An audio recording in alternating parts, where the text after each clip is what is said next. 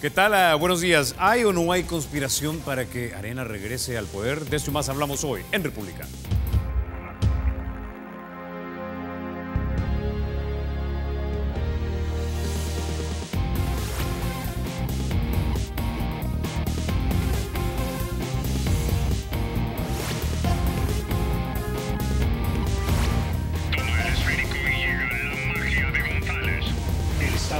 Será siempre libre e independiente y no será jamás el patrimonio de ninguna familia ni persona.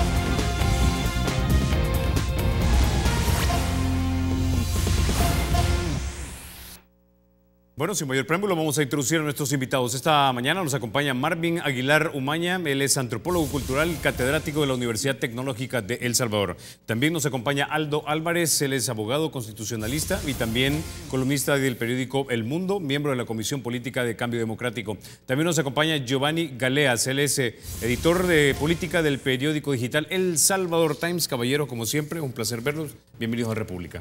Buenos días. Gracias, Buenos días. Gracias. Bueno, quisiera comenzar contigo, Marvin. Recientemente la OEA dijo, hay avance en El Salvador, estamos yendo por el camino correcto. Y quizás esto es confirmado por cifras oficiales que mostrarían que se está bajando el nivel de homicidios en este país. Pero por el otro lado, encuentras que la Fiscalía te dice que hay 3.800 y pico de desaparecidos.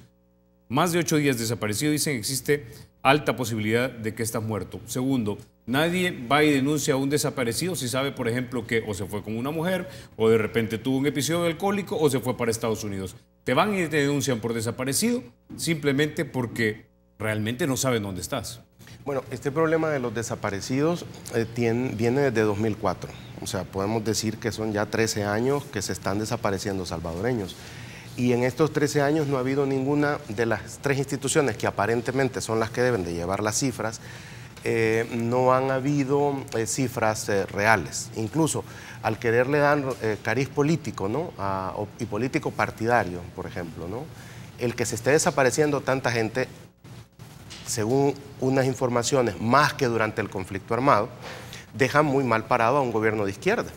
Porque una de las banderas que tuvo este gobierno de izquierda cuando era oposición y cuando fue frente guerrillero, eran las desapariciones forzadas que se hicieron tanto por los escuadrones de la muerte como las que se hacían a opositores políticos y a gente de las comunidades que terminaban con las masacres. Entonces, el que esto esté pasando en un gobierno de izquierda sí llama poderosamente la atención de que sigan habiendo ya 13 años de desaparecidos políticos. Pero las cifras, que es el dato, es lo que se ha visto empañado. Por ejemplo, hay que recordar en este caso cuando Medicina Legal informó a través de su director en aquel momento, el doctor Miguel Fortín Magaña, de que eran 2.000 desaparecidos. Pero después él tuvo que corregir porque resulta que habían varias denuncias de un mismo desaparecido. Y tuvieron que digitalizar año por año para corregir y decir que no eran 2.000, sino que eran como 1.600 desaparecidos. Eso ya le restó credibilidad a cómo manejaba Medicina Legal, por ejemplo, las cifras. El otro, digamos, ente que maneja las cifras es la Fiscalía General de la República. Y la última vez que se habló de cifras, hablaban de 600, un poco más de 600 personas desaparecidas, pero en base a los cementerios clandestinos que habían encontrado. Entonces, no hay había una persona, un fiscal encargado de eso, que nunca ha querido dar entrevistas ni nunca ha querido hablar del tema. Y hoy el fiscal Douglas Meléndez anuncia la cifra de 3.800 en una improvisada rueda de prensa, sin decir más o menos cómo es que se llega a esa cantidad. Y la tercera institución, que es la Policía Nacional Civil, que la última vez que yo supe había una unidad de desaparecidos que tenía un protocolo de acción que definía, por ejemplo, si se robaban a Carlos Toledo, eso se le daba prioridad, por ejemplo, ¿no? Pero si se perdía a una gente de una comunidad que no había mayor cosa, pues no se le daba seguimiento, ¿no? Y mucha gente se quejaba de que no les tomaban las denuncias en la policía, de que le decían, mire, venga dentro de 72 horas porque puede ser que la muchacha se haya ido con un novio, o puede ser que el muchacho andaba borracho y no ha aparecido, y ese que no era marero, ¿verdad? Lo han de haber matado a los de los otros. Entonces, es decir, había como hay una serie de investigaciones sobre eso, que la policía se resistía a tomar esas denuncias, y la policía está más, digamos, en estos momentos más interesada en la reducción de las cifras de, digamos, de los muertos, de decirnos ha bajado los homicidios. Y entonces, frente a todo este manejo de cifras, que incluso lo comentábamos con Giovanni y Aldo antes de entrar al programa, que era el hecho, ¿y cuánta gente murió realmente en la guerra? ¿Y cuántos desaparecidos hubieron en la guerra? Son cifras que hasta hoy no se pueden, nadie puede decir, fueron 80.000 muertos, que es la cifra que habitualmente se maneja, pero nadie nos dice cómo llegó a esa cifra, ¿verdad? Entonces, igual está pasando en estos momentos, y por eso la intención, digamos, de formar una comisión desde la Asamblea Legislativa, que es lo que se puede insinuar, es positiva para que por lo menos tengamos un organismo al que se le pueda creer y diga finalmente cuántos desaparecidos hay. Y efectivamente, esta situación de desaparecidos políticos tendrá a largo plazo, como por ejemplo miramos esta semana, querer saber quién mató a Romero, 37 años después, esta situación de desaparecidos, esta situación de que hay cementerios clandestinos, esta situación de que quién mata, las pandillas en su mayoría, el crimen organizado, o sea, gente relacionada con el narcotráfico y que en purgas internas los matan. Entonces, esta es una situación que tarde o temprano se va a querer saber si sigue aumentando esta cifra de desaparecidos. Ahora, Giovanni, yo entiendo que esto, digamos, es políticamente perturbador para el gobierno en el sentido de que si de repente empezáramos a encontrar esos cementerios clandestinos, básicamente las cifras se te disparan nuevamente de homicidios y aparentemente toda esta serie de medidas que se han venido anunciando en los últimos 2 años vendrían a dar al traste, por lo menos en la percepción de la gente. La pregunta es, en un país tan chico como el nuestro, densamente poblado, ¿cómo es posible que no hayamos podido encontrar a 11.000 personas, que es un consolidado que me dio ayer Ricardo Sosa desde 2010 hasta 2016, que no hayamos podido encontrarlos en un país tan chico, densamente poblado, donde alguien seguramente vio algo, escuchó algo o vio que enterraron a alguien? Sí, bueno, lo que pasa es, esta numerología de cuántos muertos van, bajó 1 en relación al año pasado, al mismo mes del año pasado, bajaron 3, bajaron 4 muertos. Esto a mí me parece un juego inaceptable. Claro que hay que conocer las tendencias en general para hacerse un panorama de cómo está la situación, ¿no? Y de cómo van las tendencias. Pero es una danza macabra esto, de 2 muertos menos, y entonces hay que alegrarnos, ¿no? Porque ahora ya solo son 8, ya solo son 12 al día, ¿no? Pero el problema de fondo no es ese. En toda oleada, en toda guerra civil o en toda oleada criminal, en toda escalada de criminalidad como la que hay en El Salvador, hay los 2 fenómenos: muertes, desapariciones, bueno, y todos los otros delitos relacionados, extorsiones, en fin, violaciones, robos y tal. Yo en el fondo de esto lo que veo es una incompetencia de los gobiernos, de este gobierno, que tuvo la gran oportunidad de enfrentar el problema con mucho tino, con las medidas extraordinarias cuando se hizo el pacto político de todas las fuerzas, de todas las instituciones, de todas las fuerzas vivas del país para apoyar el pacto político. Eso se diluyó, se disipó por incompetencia política, ¿no? Entonces, ahora estamos con que hay que alegrarnos porque tenemos 2 muertos menos. Es que el problema es que son 8 o 10 o 12 salvadoreños asesinados a diario. Matan las pandillas, mata el crimen organizado, pero nosotros vemos en los periódicos que también hay un componente de muertos todos los días que son pandilleros muertos en enfrentamientos con la policía, es decir, que los mata la policía. Yo no estoy diciendo que la policía está actuando ilegalmente, eso es lo que tiene que hacer, se mueren en enfrentamiento, pero 3, 4, 5 de los muertos diarios son pandilleros que mueren en enfrentamiento contra la policía, ¿no? Al final lo que quiero decir es que el tema es cómo detenemos la oleada criminal. Si son 4 muertos más o 4 muertos menos, eso no creo que sea lo relevante. Lo relevante, y concluyo con esto, a mi juicio, es que un país necesita, o lo que determina el número de policías que un país necesita, es la conducta de los ciudadanos y el tamaño de la amenaza. Aquí la conducta de los ciudadanos está demostrada, no es muy civil. No tenemos una conducta muy cívica. Y el tamaño de la amenaza se nos disparó. se nos disparó y está dejando de ser solo un problema marginal de fuerza pública a un problema de amenaza a la seguridad del Estado, ya el tamaño de la amenaza. ¿Cuántos policías tenemos? Entonces sucede que el director de la policía no puede meterle gente al centro histórico porque descuida Popa, porque descuida Oriente, descuida Occidente, y entonces si concentra gente en un punto, se le incendia el otro, porque no tiene la capacidad numérica, la policía, la plantilla suficiente para cubrir todo el territorio y garantizar el control territorial. Ese es el problema real, que la policía, aunque actúe heroicamente como realmente lo hace, no tiene el control territorial porque no tiene el número de fuerza, el pie de fuerza necesario para hacerlo. Desde el principio, no tiene tampoco los recursos, no tiene tampoco los equipos, la movilidad. Y hoy sí termino con esto. Hay un principio que es a máxima densidad criminal, máxima presencia y movilidad policial. Este es el principio para toda batalla contra el crimen. Aquí ese principio no se cumple porque la plantilla, el pie de fuerza, no le da al director de policía para distribuir la fuerza y garantizar el control territorial. Entonces, siempre vamos a tener este problema. Y relacionar desapariciones con homicidios, esto no es una conspiración. El crimen opera así, hay una cifra blanca, hay una cifra que muestran de muertos, que los tiran en las calles, y hay otra cifra de asesinados por parte de los mismos actores, los criminales, que los esconden. Por eso hay cementerios clandestinos donde hay cárteles de droga, donde hay maras, donde hay pandillas, donde hay estas cosas. Siempre operan con esta doble modalidad, digamos. Hay un muerto que lo ponen, que lo cuelgan de un puente, por ejemplo. Este es terror. Esto es para decir, si no me pagas la extorsión, esto es lo que te pasa. O si me robas mi droga, esto es lo que te pasa. O si no haces lo que yo digo, esto es lo que te pasa. Pero hay otra cantidad que los esconden, y eso pasa en Guatemala, en México, en Colombia, en todas partes donde hay ajusticiamientos internos. Siempre operan en dos sentidos.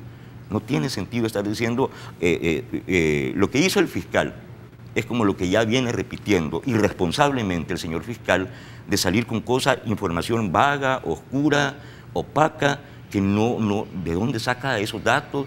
Y dice, por ejemplo, es que estamos investigando que el Gustavito, el hipopótamo, se murió porque hay un megaproyecto. ¿Y qué tiene que ver un megaproyecto con un Gustavito? Es que lo explique, pero que deje de andar lanzando sugerencias, cuchufletas, amenazas de investigación que ni siquiera han iniciado. Que opere, que investigue. Esa es la línea de investigación, pero esa es la carabina de Ambrosio, pues. Eso no funciona. Ahora, Aldo, esto me recuerda a una obra distópica, no sé si recuerdas tú, de Aldo Huxley, donde viven en un futuro una tribu de hombres que viven todo muy bien, pero abajo están los que hacen que posible que todo, mire, como que estos viven muy bien, pero son caníbales, se los comen, se los secuestran, los llevan al inframundo. Da la impresión que lo esencial aquí es invisible a los ojos, como decía también el Principito, es decir, vemos una realidad oficial de cifras que van reduciendo y por lo tanto podemos entender que las medidas están funcionando, pero por el otro lado tenemos esta cifra de 11.000 personas desaparecidas según la policía, que nos mostraría que hay una realidad violenta y que está fuera completamente del alcance de la ley. Bueno, lo que sucede es que uno no debe de perder la gran fotografía y uno no debe perder el gran paisaje, ¿verdad? Uno puede quedarse y perderse y ahogarse en los números, pero eso en realidad pienso yo que es una cuestión, es abordar simplistamente el tema. Parece que hay una vocación de las autoridades de este país de utilizar los números como para querer dar a entender o querer dar algún tipo de mensaje de que la cosa va mejorando o que la cosa no va mejorando tanto o va mejorando más de lo que esperaban. Sí, pero es que eso te hace perder el gran paisaje. El gran paisaje es la tremenda violencia cultural que existe institucionalizada en este país, en términos generales. Es que uno cree que la violencia simplemente está circunscrita al hecho de los muertos, a los enfrentamientos con las maras, al hecho del crimen organizado.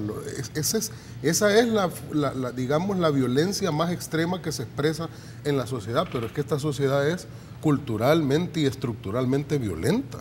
O sea, esa es la expresión más extrema de la violencia. O sea, tú ves violencia de género, tú ves violencia verbal cuando vas en la calle, tú ves violencia en los carros, tú ves violencia sexual, el número de violaciones. Eso es interesante cómo ha aumentado exponencialmente también el número de violaciones, que es un tipo de violencia. Y que no solo campesinos analfabetos violan. Las agresiones. Ahí estamos viendo que no solo campesinos analfabetos. Exacto, y eso lo ves a todo nivel. Si la violencia la ves desde el que vive allá en un Palacio de Oro, ¿verdad?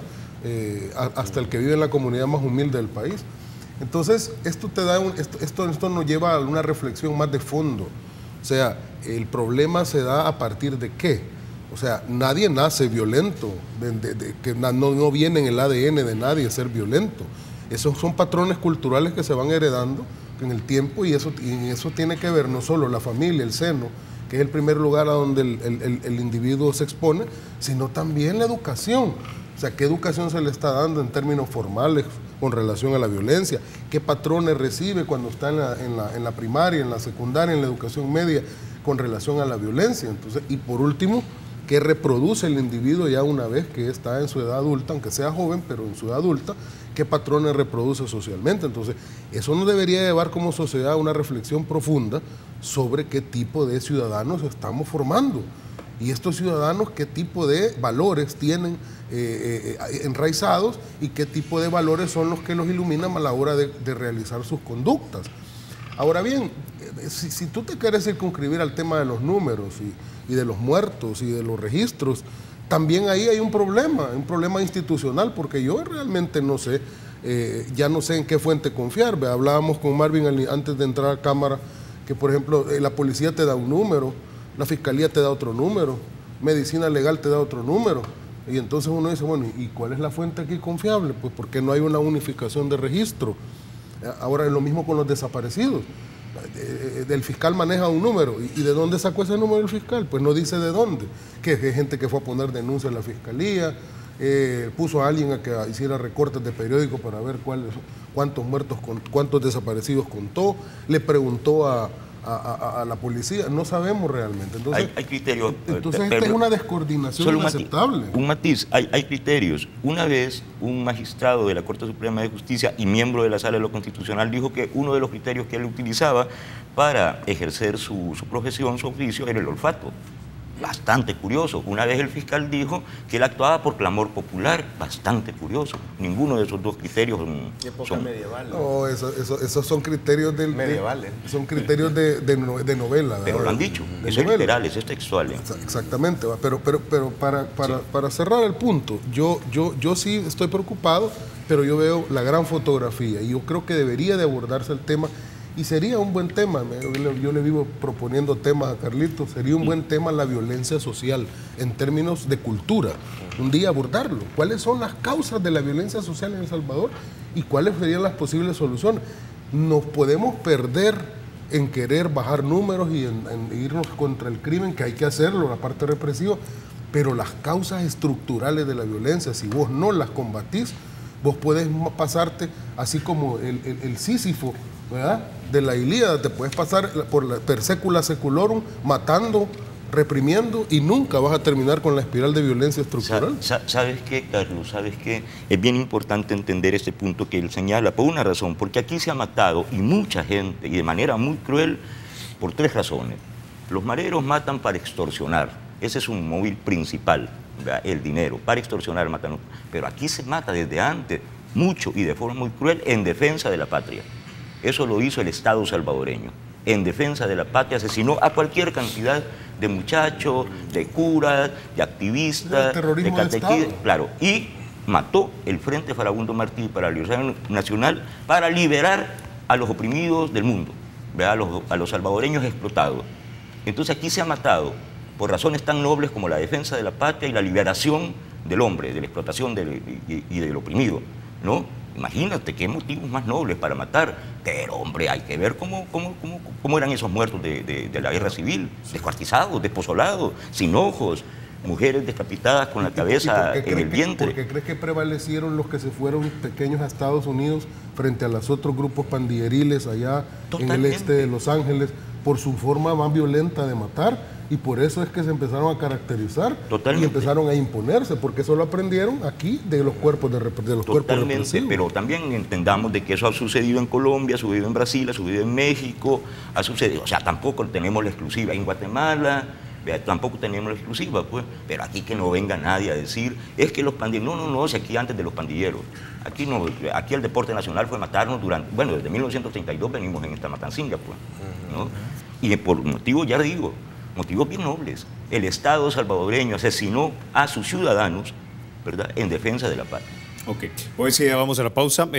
Cuando regresemos vamos a hablar acerca del control que tienen supuestamente las pandillas sobre el centro histórico. Ya volvemos.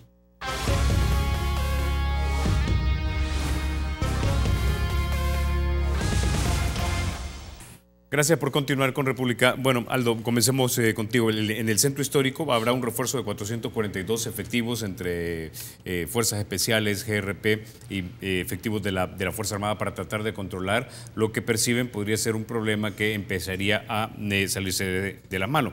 Ayer Ricardo Sosa nos decía que a su juicio el centro histórico, o más bien el mercado central, es una bomba de tiempo, y decía que las estructuras criminales de hecho tienen entre sus bases algunos de los mercados municipales de San Salvador.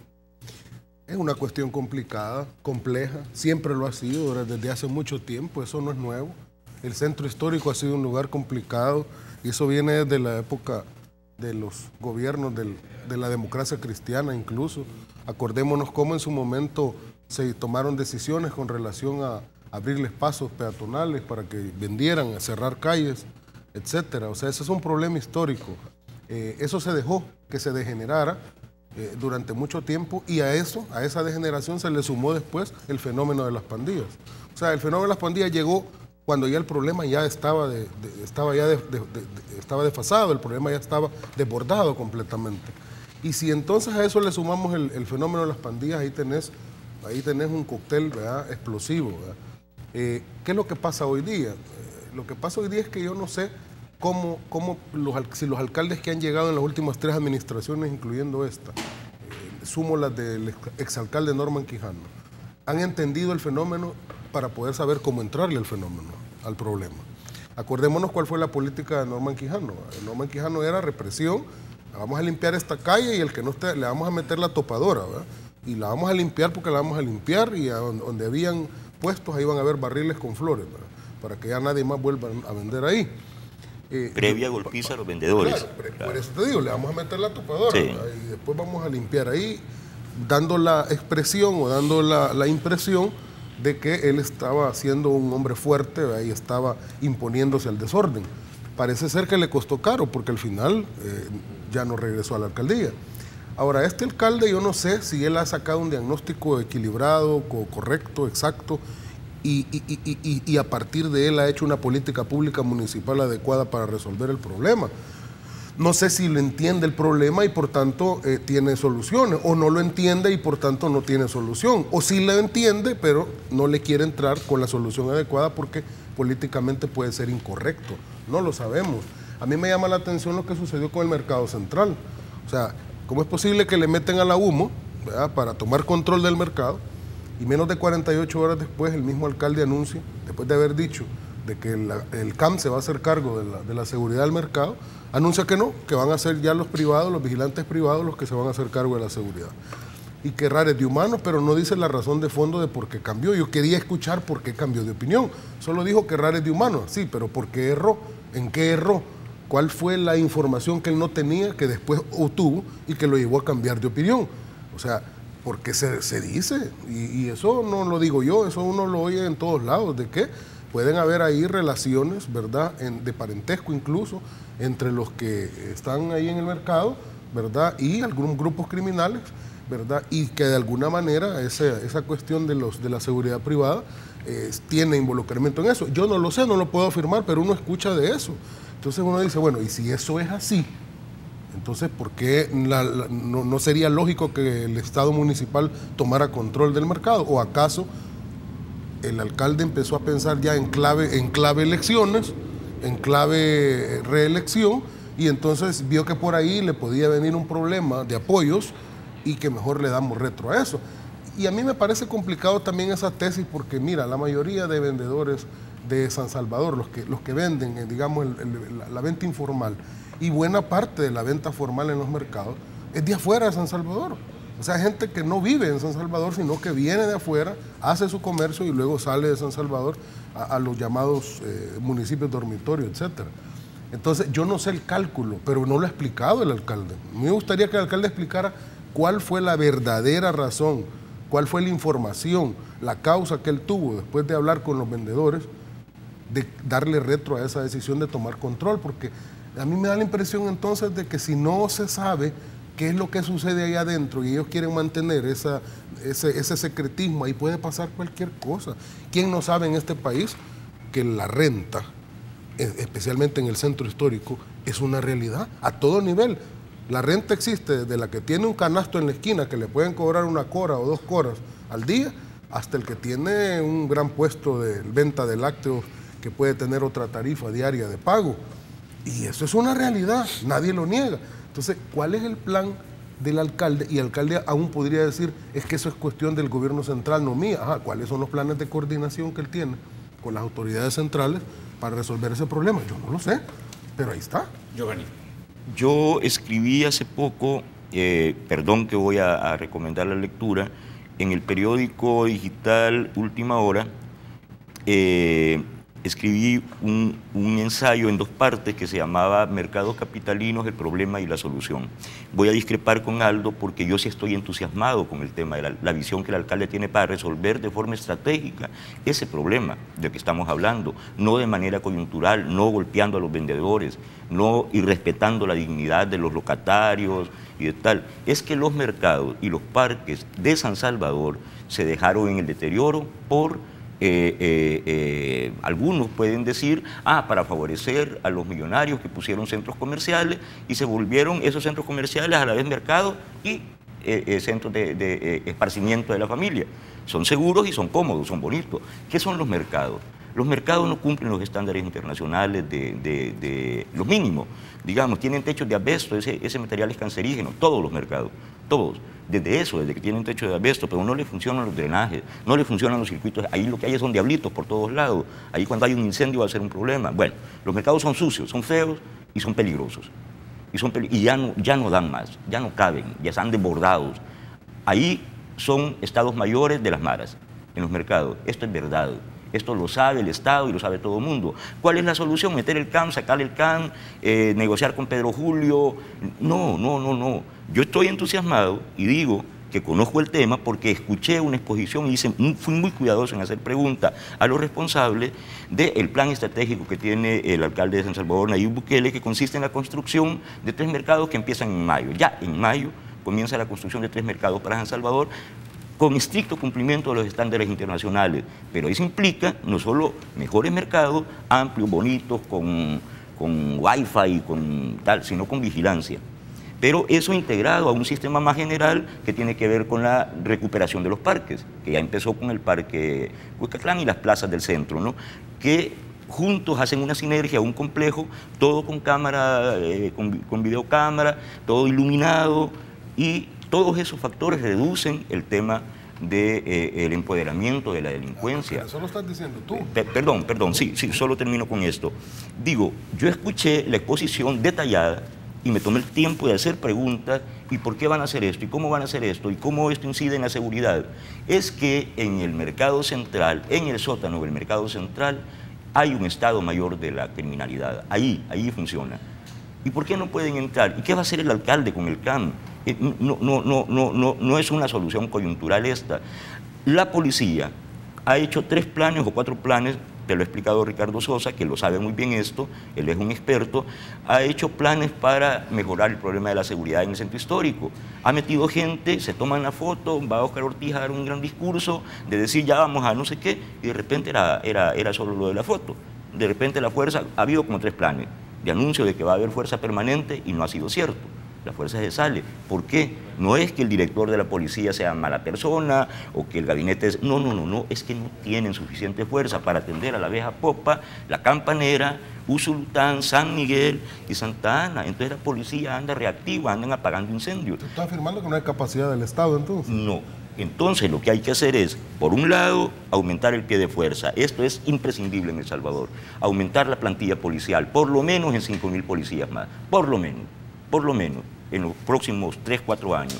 Pero el otro plan es el que yo menciono del alcalde, que sí es una solución estratégica, no golpear a los vendedores, no tratar de andarlos correteando, convertirlos en microempresarios, bancarizarlos, no dejarlos al socaire de la extorsión, de la renta, sino con créditos bancarios, que sean microempresarios. Pero eso se logra con mercados modernos, hechos con estándares internacionales. Conozco los proyectos, los he visto en maqueta, pues. Los proyectos de los 3 mercados nuevos son 2 en el centro, en el Ula Ula, en el predio de la antigua Biblioteca Nacional y 1 en Escalón. Esos son 3 que se agregarían al mercado este, que tiene una biblioteca hermosa, que tiene wifi y todo esto, ¿no? A mí me entusiasma esa solución y digo, es una solución a largo... No, si empieza en mayo la construcción ya de los 2 mercados del centro histórico, en mayo. Okay. Eso es la solución. Ahora, Marvin, entiendo el punto de Giovanni, pero la pregunta es la siguiente, es decir, ayer Ricardo nos decía que en el centro de San Salvador él calculaba que se dan $10 millones en transacciones comerciales diarias. Eso es un gran panal lleno de miel para cualquier tipo de abeja del crimen que quiera llegar y tratar de aprovecharse de esas mieles. ¿Qué nos garantiza que tengamos nuevos mercados más organizados de estándares internacionales, pero que no sean infiltrados, por ejemplo, por el Estado Mayor de las pandillas? Creo que falta esa parte. La policía, yo estoy de acuerdo que como Norman Quijano manejó las cosas cuando era alcalde, no es la forma en que debería hacerse. Lo que tú decías, eso lo bajó en las encuestas presidenciales. Eso está claro. O sea, que la acción de Bukele, de que aunque parezca que ese lugar es anárquico y que debería de entrarse con fuerza, ¿no? La decisión más apropiada es esa, es hablar con ellos, es hacer todo lo contrario que hizo Norman Quijano. Sí hay tino político, por supuesto, porque ya estamos en un año preelectoral y una entrada con fuerza al centro histórico podría costarle la reelección. Entonces es claro, y es correcto y es válido. Ahora, lo que hay que llevar a la par de esto que tú decías que me parece interesante, que es la salida más civilizada, la de formalizar los informales, dignificar el trabajo del vendedor ambulante, ¿no? Es también la investigación de las mafias adentro del centro histórico. Y eso ya es una investigación policial, es una investigación de mucho tiempo, es saber quiénes son los que están metidos en esa red. Ya Prensa Gráfica publicó todo un informe, ¿no? Cómo están repartidos el centro histórico por las 2 pandillas, y desarticular y meter preso a toda esa gente. Lo de las mafias dentro del mercado es viejísimo, viene desde que Napoleón Duarte era alcalde de San Salvador.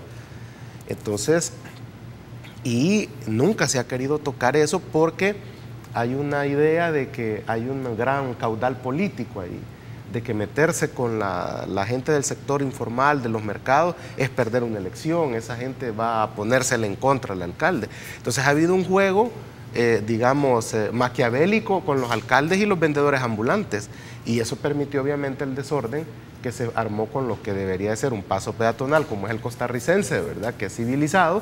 El paso peatonal de San Salvador se degeneró, y eso tiene mucho que ver la migración de la gente a San Salvador, el aumento de tugurios, de zonas marginales en San Salvador por los terremotos, y la falta de empleo que fue haciendo que el centro se volviera ese mercado, digamos, de $10 millones. Ahora, esos $10 millones deberían de seguir ahí y aumentarse. Lo que hay que hacer es dignificar, civilizar esa venta. Ventas ambulantes hay en todo el mundo. Todo el mundo. Lo que sucede es que están organizadas. Hay un control, incluso mafias dentro de los vendedores ambulantes hay también en todo el mundo. Pasa en Nueva York con los chinos, en el barrio chino, con las triadas, en Los Ángeles con los coreanos, pasa en Francia con los turcos, en Madrid con los rumanos, en Berlín con los de Turquía también. Entonces, o sea, en la Gran Vía de Madrid, claro. O sea, eso no es, como decías tú, no somos los únicos. Lo que pasa es que aquellos son más civilizados, pues no arman esa disparazón que armaron ahí. Fíjense, voy a hacer una infidencia. Yo hablé con el alcalde, yo hablé con Nayib Bukele y le pregunté sobre ese tema, el tema ese de los mercados, del problema este, Y Nayib me dijo una frase que a mí, mis respetos para este señor, como político quiero decir, mis respetos, porque me dijo, lo que yo no voy a hacer, nunca, y no lo voy a hacer, es golpear a vendedores. Eso no lo voy a hacer. Eso no es digno ni para ellos ni para una autoridad. Eso no lo voy a hacer. Entonces, ¿qué hay que hacer? Privilegiar el diálogo. Ir a hablar, bueno, y hacer la solución grandota, la alterna, ¿no? Pero quería mencionar ese punto. Sí, lo que no se puede hacer es golpearlo. Pero si tú les impones... Es complicado y a largo y de largo plazo. Bueno, claro, pero es que si tú les impones, lo que hace la respuesta es te salen a la calle y te desafían. Entonces, golpeame. No, estoy de acuerdo. ¿Quién es vendedor realmente? Muchas veces es complicado saberlo. Ok. Bueno, tengo que ir a la pausa, pero antes de irnos queremos comentarle que el Banco Promérica de El Salvador cuenta con 44 puntos de atención, tiene más de 100 cajeros, tiene 7 kioscos y tiene 69 corresponsales financieros. Si usted quiere más información, llame al centro de contacto. El teléfono es el 2513-5000 o sígalos en el Facebook como Banco Promérica El Salvador. Ya hablamos.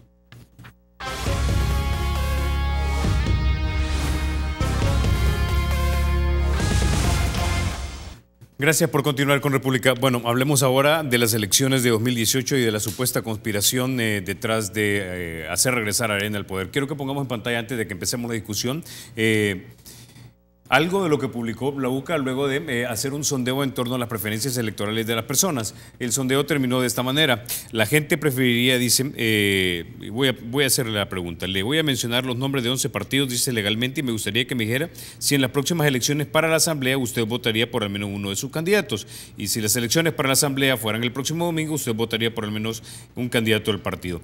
Por el partido Arena dijeron 45,1%. Por el FMLN, 32,8%. Por el partido Gana, 27,1%, por el partido PCN, 23,8% y por el PDC, 19,4%. Ahora, quiero que avancemos y veamos lo que escribió Walter Araujo en el periódico digital La Página. Tituló su artículo de opinión Camino hacia una eminente conspiración. Walter decía, el supuesto objetivo de esta conspiración, para ser claro y conciso, es inhabilitar jurídicamente a todo posible candidato competitivo a la candidatura presidencial del 2019 que pertenezca a la izquierda salvadoreña. Sumémosle más elementos. Supuestamente en esta gran conspiración están los 4 magistrados de la Sala de lo Constitucional que declaran inconstitucionales ciertas medidas que de alguna manera pueden financiar al gobierno para que funcione y que no se miren como que fácilmente no pueden administrar la cosa pública. Estaría el fiscal que supuestamente le da volumen a ciertos casos con motivaciones políticas de la motivación de desprestigiar a gente de izquierda, y todo esto con el objetivo de que Arena de alguna manera nuevamente llega al poder. Giovanni. Bueno, Walter Araujo ha sido presidente de la Asamblea, ha sido presidente del Partido Arena, fue secretario ejecutivo de todo el proceso, el delegado presidencial de Cristiani en los acuerdos de paz, desde muy joven, por lo tanto tiene una trayectoria admirable, Walter, y es un político inteligente, pero en este caso yo voy a discrepar con Walter Araujo, admiro su inteligencia, pero voy a discrepar. Los problemas políticos tienen explicaciones políticas, no conspirativas. No se trata de hay elementos de conspiración. Yo mismo he escrito sobre el tema de los golpes suaves en América Latina. De hecho, creo haber sido uno de los primeros en tratar este tema con seriedad. Hay evidentes elementos de golpe suave, de estrategia de golpe orquestada desde adentro y desde afuera de Brasil, en Brasil, con Dilma Rousseff. Pero ¿qué explica la caída de Dilma? El golpe suave. La conspiración, no, errores políticos y corrupción de esos gobiernos, de Lula y de Dilma. Ellos sacaron a más de 30 millones de personas de la pobreza, entre Lula y Dilma. ¿Dónde están esos 30 millones defendiendo a Dilma y a Lula ahora? No, estaban movilizados en contra de ellos. Es que tenían, bueno, si vamos a hacerle caso a Walter de que aquí lo que explica la situación es una conspiración, entonces es mentira que se robaron el pisto en Brasil, que Petrobras es un pozo de corrupción, y la otra, ¿cómo se llama? La que tiene que ver con acá. Odebrecht. Es mentira que Joao Santana es un ladrón, es mentira eso, es mentira que hay corrupción en los Kirchner, es mentira cuando un hombre estaba tirando millones de dólares a un convento ahí con unos sacos, filmado, grabado. Es mentira que hay un juez muerto ahí, el juez Nisman. No. Es mentira que hay corrupción en Venezuela. No. Hay planes conspirativos. Y no me extraña, y yo no voy a callarme de que para ser políticamente correcto no hay que decir que, ¿cómo no?, de Washington. Pero por supuesto que sí, hay elementos, estrategias conspirativas, pero eso no explica el problema. En El Salvador hay incompetencia y hay abusos y hay errores increíbles, y uno puede sospechar de elementos conspirativos tanto en la FGR, en la Fiscalía, como en la Sala de lo Constitucional. Hay elementos para eso, elementos evidentes, pero eso no explica los problemas que este gobierno tiene. Esto no explica el problema de corrupción en el gobierno anterior, ¿verdad? No quiere decir entonces de que es conspirativo relacionar al gobierno anterior con el tema de Joao Santana. Y ¿qué conspiración es esa? Si ahí lo que hay es una relación delictiva. Si ese hombre lo que es un ladrón. Y los que han robado, cuando hay corrupción, el problema es corrupción. Ayer me decía alguien a mí, con esto concluyo, no habrá un sesgo político y una conspiración del gobierno con esto de mencionar al tío del señor Interiano, que es presidente de Arena, en un tema de agresión sexual. No habrá sesgo. Yo le digo, ¿cuál sesgo? Lo que hay es un delito. Lo que hay es una agresión sexual de un señor contra una menor. ¿Y qué conspiración? Ahora, que a eso le puedan dar uso político, naturalmente que sí, y lo van a hacer, pero es natural. Pero eso no explica la libidinosidad de ese señor. No, ahí hay un delito que hay que castigar. Y pues, claro, primero se tiene que probar, ¿no? Hay que investigar, probar y llevar a juicio y vencer en tribunales. Walter Araujo, si yo creyera que un análisis es la realidad, estoy equivocado. Un análisis es la aproximación a la realidad. Si yo creyera que el mapa es el territorio, estoy equivocado. El mapa es un instrumento de aproximación al territorio. Si yo creyera que la teoría conspirativa me explica a mí por qué el FMLN va a perder las elecciones, estoy loco. No es cierto. El FMLN, si pierde las elecciones, la va a perder por enormes errores políticos cometidos por ese partido, por ese gabinete, por ese gobierno y porque son incompetentes en varias áreas. Yo creo que así es la cuestión. Los problemas políticos tienen explicaciones políticas, Walter. No son conspiraciones lo que explican la situación. Que hayan elementos conspirativos, no lo dudo. Pero hay que darle explicación política. Y aquí la cuestión es que no puede haber... este es un gobierno débil que tiene minoría en el legislativo y según la gráfica que nos mostraste de la encuesta se va a repetir la situación. Si gana el FMLN otra vez con una ventaja precaria, tan precaria que casi es un empate catastrófico eso entre el electorado de derecha y de izquierda, porque el FMLN, la izquierda está en minoría franca, ahí Arena tiene la llave para la votación calificada. Calificada, pero haciendo alianza todos los otros partidos, los chiquitos, si todos son de derecha, si la izquierda es la que está en minoría. Este gobierno es débil, muy débil. Si ganan con ese equilibrio precario, ¿cómo van a implementar la promesa de campaña, el plan? Si este gobierno no ha podido implementar, Nayib Bukele le ha dicho al gobierno públicamente, ustedes toman medidas de carácter derechista, ustedes están tomando medidas neoliberales, están administrando el proyecto neoliberal que Arena implementó desde 1989. Esta es la verdad. Bueno, ¿y quién dicta la política económica aquí? ¿Quién es el FMI, pues? Ok. Sí. Ahora, Aldo. Mira, y tú sabes mi opinión de las teorías de la conspiración, ¿verdad? O sea, a mí me parece que tirar estas especies, y especialmente de donde viene, él sabrá mucho de conspiraciones porque a donde se formó quizás esa era una cosa bastante común, pero la verdad, sí, pues sí, allá, tú sabes, ¿verdad?, de dónde viene él, ¿verdad?, del mero seno, pero yo de la teoría de la conspiración sí realmente no la compro. Para mí, a mi modo de ver, pienso yo que se puede tratar de esconder muchas veces incapacidades, negligencias, errores, etcétera, de un gobierno, quererlos hacer pasar como, miren, yo estoy teniendo todos estos problemas, estoy dando todos estos tumbos, porque aquí está la conspiración montada contra mí, ¿verdad?, como que fuera un rifle cargado, y entonces yo no puedo moverme para acá ni me puedo mover para allá, porque lo que hago me mete en zancadilla y están queriendo utilizar las instituciones como la Sala de lo Constitucional para ver cómo yo me caigo y no dejarme gobernar y no aprobarme préstamos. Y hombre, yo te lo he dicho más de alguna vez, si uno se da cuenta de muchas aprobaciones que han habido por parte de este gobierno, actos, leyes, etcétera, que se han dado con garrafales errores, aquí hemos platicado de errores garrafales que han dado lugar a demandas de inconstitucionalidad. Yo no te estoy diciendo que los magistrados de la Sala Constitucional no tienen cada uno de ellos su opción política en términos de pensamiento. Así que eso sucede en todos los tribunales constitucionales del mundo. Hay unos más conservadores, otros más liberales, eso lo ve hasta en el Supremo de Estados Unidos. Eso no es ninguna sorpresa. El punto es querer sacar a partir de sus determinados tipos de opciones políticas que pueda tener un magistrado, querer orquestar ya un plan macabro a donde los cuatro se meten a urdir en una especie de cuarto oscuro, de qué manera, cuáles sentencias van a hacer el siguiente día para poderle bloquear al gobierno que pueda tomar decisiones. O sea, eso ya no lo compro. No lo compro porque conozco a muchos magistrados en persona, por lo menos a 2 de ellos, y sé su trayectoria que han tenido, y no es precisamente que vengan así del seno de la derecha. Pretender meter al fiscal también en este club es complicado, porque el fiscal podrá tener sus errores de comunicación, a veces podrá ser un poco desbocado en lo que habla, o no ser preciso, como tú dijiste. O no ser un buen fiscal.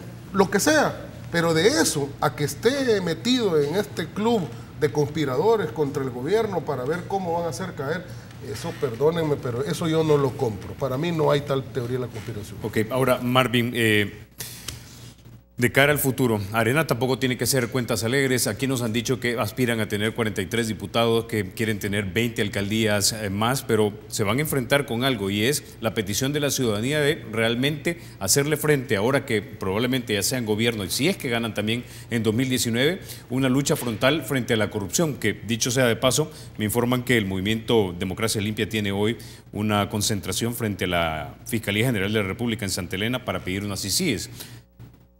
Valga esto para mencionar lo siguiente, o para preguntarte lo siguiente: ¿va a tener que en un momento dado Arena, ya siendo probablemente gobierno y mayoría en el legislativo, luchar frontalmente contra la corrupción y realmente ahora poner acciones donde estuvo su boca? Que es decir, queremos y sigues. Hay una cuestión, las encuestas lo que están reflejando es voto de castigo al gobierno. Allí, si Arena fuera la que estuviera gobernando, los resultados serían iguales. Arena estaría abajo y el FMLN arriba. Los problemas que la gente está diciendo que le afectan en las encuestas es lo de la seguridad, la economía y el trabajo. Si Arena gana y no resuelve esos problemas, verás a la gente también castigando a Arena.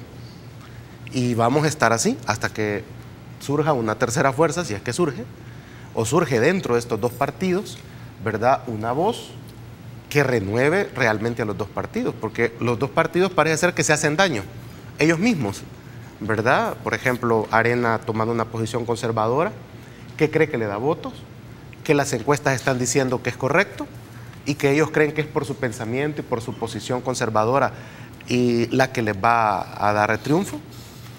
No es por eso, es por castigo al FMLN. Es un error de Arena pensar que ese discurso es el que les está subiendo las encuestas, que es lo que te dicen los representantes de Arena cuando han venido aquí. Te dicen es el trabajo de la dirigencia. No es eso. Ese es un error pensar que ese resultado de 10 puntos entre los dos partidos a favor de Arena sea por la dirigencia, sea por el discurso. Realmente es por un voto de castigo al FMLN. ¿Qué es lo que tendría que hacer el FMLN? Definitivamente es renovarse. O sea, aquí tiene que haber relevo, no cambio. Es relevo generacional. Si quiere, exacto, pero es que digamos, los dos partidos políticos, si siguen manejándose por la gente que hizo la guerra, van a seguir haciendo la misma clase de política. ¿Por qué Arena, por ejemplo, puede tener puede darse el lujo de echar a los jóvenes? Ese problema que tuvo. Porque la mayoría del salvadoreño tiene 24 años, pero ese joven, la generación Z, no va a votar. Y el discurso duro es el que hace que la gente mayor salga a votar. Entonces Arena puede darse el lujo de sacar a todos esos jóvenes de ahí. Ganan por su voto duro. Entonces lo que necesita, y ganan por el voto duro. Lo que necesita el FMLN, entusiasmar a esos jóvenes que tienen 24 años.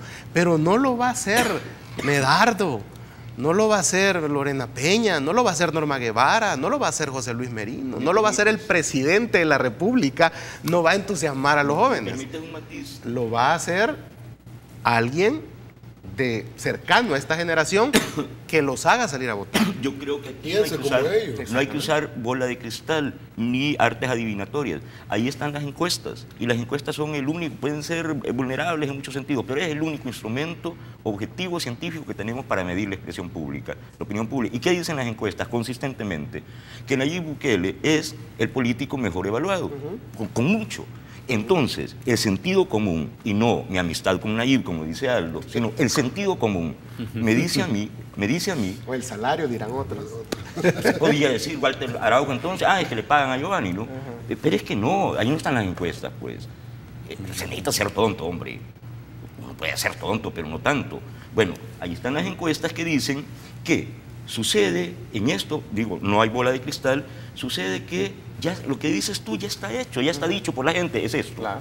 Si yo soy un club de fútbol que tengo en la plantilla a Messi, a Leo Messi, ¿cómo que lo voy a poner de portero? ¿O lo dejo en la banca? ¿Estoy loco o qué?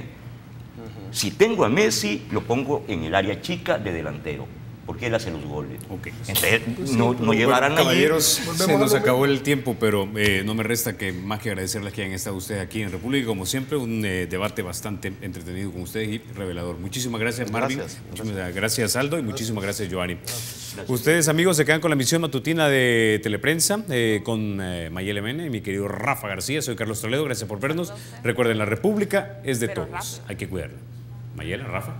Hola Carlos, buenos días. Gracias a tus invitados, por supuesto, temas importantísimos para seguir reflexionando en lo que resta, por supuesto, el fin de semana y tener una idea muy clara de lo que está pasando y de lo que puede pasar a escala nacional, por supuesto. Gracias, bienvenidos. Buenos días, Mayela. Buenos días, Rafa. Buenos días.